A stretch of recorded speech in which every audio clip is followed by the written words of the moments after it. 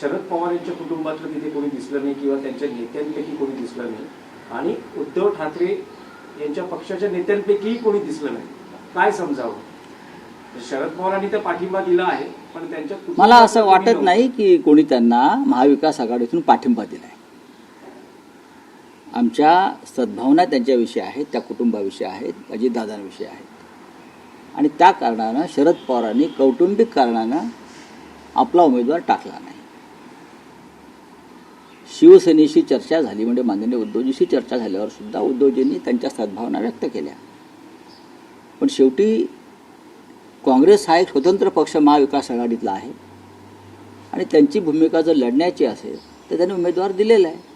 पण उमेदवार देताना त्यांनी एक अट टाकली, जर आम्हाला मागे घेण्याची तुमची विनंती जर आम्ही स्वीकारली तर अजित पवार यांच्या संशयास्पद अपघातासंदर्भातला FIR गुन्हा महाराष्ट्रात दाखल करा.